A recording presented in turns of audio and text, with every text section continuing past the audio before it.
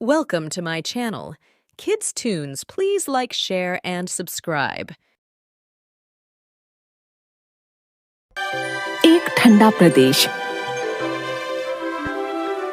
एक छोटा सा घर, खिड़की के बाहर बर्फ पड़ रही है। माँ, सर्दियाँ आ गई हैं, बाहर बर्फ पड़ रही है। आज मैं रसोई में चूल्हे के सामने सोऊंगी। आज आग मत बुझाना। ठीक है, पर ध्यान रखना और चूल्हे से दूर सोना। चिंता मत करो माँ, मैं ध्यान रखूंगी। ठीक है, जा सो जा। मिली खटिए को रसोई में ले जाती है, उस पर बिस्तर लगाती है और उस पर रजाई ओढ़ के लेटती है। मिली एक दो बार करवट बदलती है और कहती है, लगता है मैंने बिस्तर दूर लगा लिया है। चूल्हे की गर्मी यहाँ तक आ ही नहीं रही। मैं थोड़ा और नजदीक आ जाती हूँ। और मिली उठकर बिस्तर को चूल्हे के नजदीक लाती है और फिर रजाई ओढ़ के लेट जाती है। थोड़ी देर बाद मिली, अरे अभी भी चूल्हे की गर्मी महसूस नहीं हो रही, ठंड ही लग रही है। मिली उठती है और बिस्तर को चूल्हे के और नजदीक खींच लेती है और रजाई ओढ़ के लेट जाती है। ऐसे ही 2-3 बार थोड़ा थोड़ा करके चूल्हे के नजदीक जाने के बाद वो रजाई ओढ़ के लेटती है और कहती है, अब ठीक है। अब मुझे चूल्हे की गर्मी पूरी आ रही है।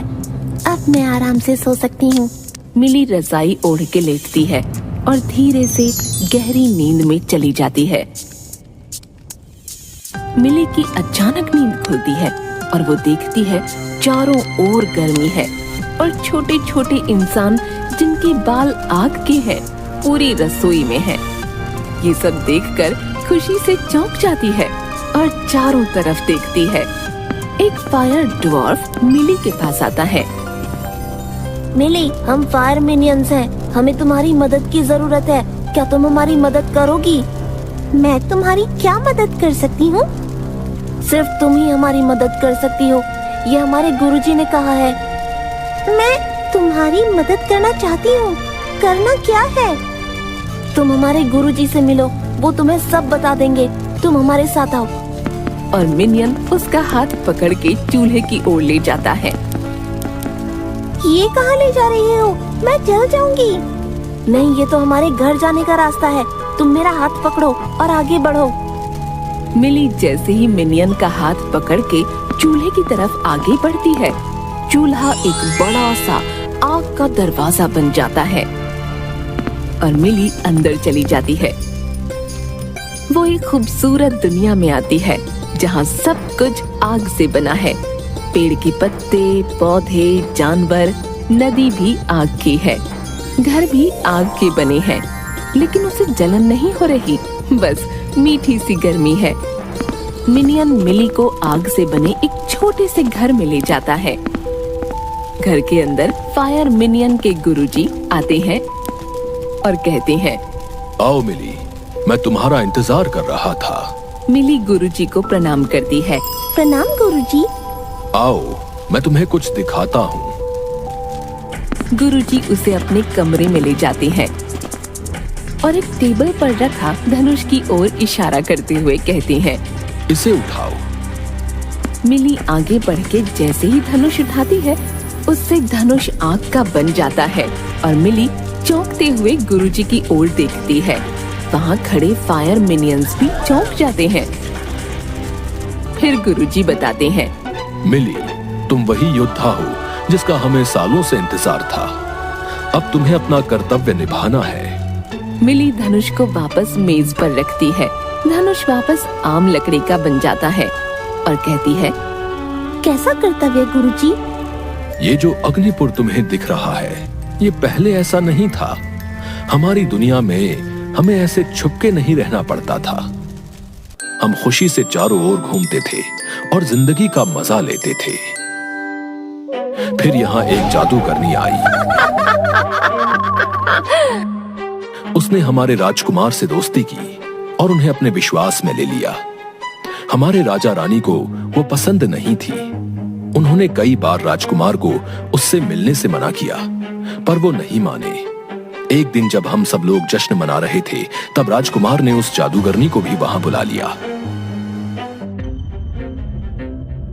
मुझे कई करतब आते हैं, यदि राजकुमार चाहे तो मैं उन्हें दिखा सकती हूँ। नहीं, इसकी जरूरत नहीं। सारे करतब पहले से तय हैं और कलाकार तैयार हैं पीछे। जो पहले से तय है उसे देखने में क्या मजा? मजा तो कोई नई चीज देखने में है, क्यों राजकुमार? हाँ पिताजी, ये सही कह रही हैं। इसे करतब दिखाने दीजिए। शुक्रिया राजकुमार। गीले गीले फिर उसने वो करतब दिखाए। फिर उसने कहा, अब मैं आप लोगों को अपना सबसे बड़ा करतब दिखाती हूँ।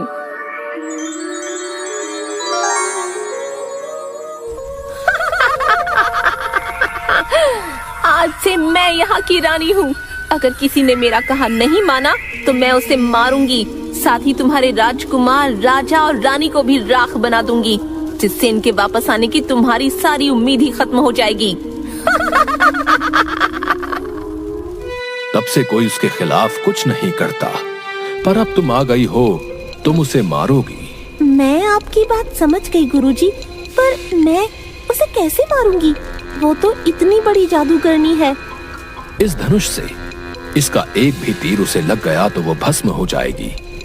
यदि जादूगरनी को मारना इतना आसान है तो आपने अब तक उसे क्यों नहीं मारा? क्योंकि जादूगरनी को इसी धनुष से मारा जा सकता है जब वो सामने हो, और ये धनुष सिर्फ तुम ही चला सकती हो और कोई नहीं। पर मैं उसके सामने कैसे जाऊंगी? उसकी चिंता मत करो। तुम्हारे आते ही मैंने जादूगरनी तक ये खबर पहुंचा दी थी कि उससे भी बड़ी जादूगरनी आने वाली है, और वो उसी स्टेज पर आ जाएगी जहां जादूगरनी ने राजा रानी को बंदी बनाया है, और जादूगरनी को हराकर हमें आजाद करेगी। मुझसे बड़ी जादूगरनी ना तो कोई है और ना कभी हो सकती है। जाओ जाके सबसे कह दो कल उसी स्टेज पर मुकाबला फिर होगा, और मैं उस झूठी जादूगरनी को अपने जादू से हराकर मार डालूंगी। सबको वहाँ इकट्ठा होने का हुक्म दो। जो हुक्म मेरी रानी। और मिनियन वहाँ से चला जाता है। गुरुजी मिली के पास आते हैं। मिली, जैसा मैंने सोचा था वैसा ही हुआ। जादूगरनी ने अपने घमंड में आकर तुम्हें प्रतियोगिता के लिए चुनौती दी है। अब बस कल का दिन और सब ठीक। मैं तैयार हूँ गुरुजी, कल के लिए मेरी योजना सुनिए। मिली गुरुजी को योजना बताती है। सब लोग स्टेज के चारों ओर इकट्ठा है। स्टेज की एक तरफ राजा रानी की पत्थर हुई मूर्ति है और उनके बगल में राजकुमार की।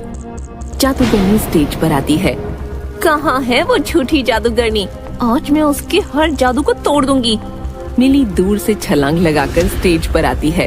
वो पूरी काले कपड़ों में है, चेहरे पर नकाब है, सिर्फ आंखें दिख रही हैं। मिली आते ही अपने हाथ से आग का गोला जादूगरनी की ओर फेंकती है, जिससे जादूगरनी हंसते हुए दूसरी साइड हटकर बच जाती है। फिर जादूगरनी मिली की तरफ आग फेंकती है, जिससे मिली को बचने के लिए स्टेज के पीछे छुपे गुरुजी मिली के चारों तरफ एक जादुई घेरा बना देते हैं, जिससे जादूगरनी का हर बार घेरे से टकराकर नष्ट हो जाता है। मिली, ये घेरा ज्यादा देर तक तुम्हारी रक्षा नहीं कर पाएगा। तुम्हें जल्दी ही अपना काम करना होगा। मिली मार्शल आर्ट की कलाबाजियां दिखाती हुई गुरुजी के पास आती है और गुरुजी से झट से धनुष ले लेती है।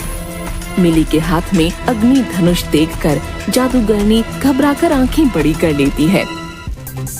मिली मुस्कुराते हुए धनुष की प्रत्यंचा खींचती है, जिससे धनुष पर अग्नि का तीर आ जाता है और कहती है, तुम्हारा अत्याचार खत्म हुआ दुष्ट जादूगरनी। और तीर सीधा जाकर जादूगरनी को लगता है और वो वहीं राख बन जाती है।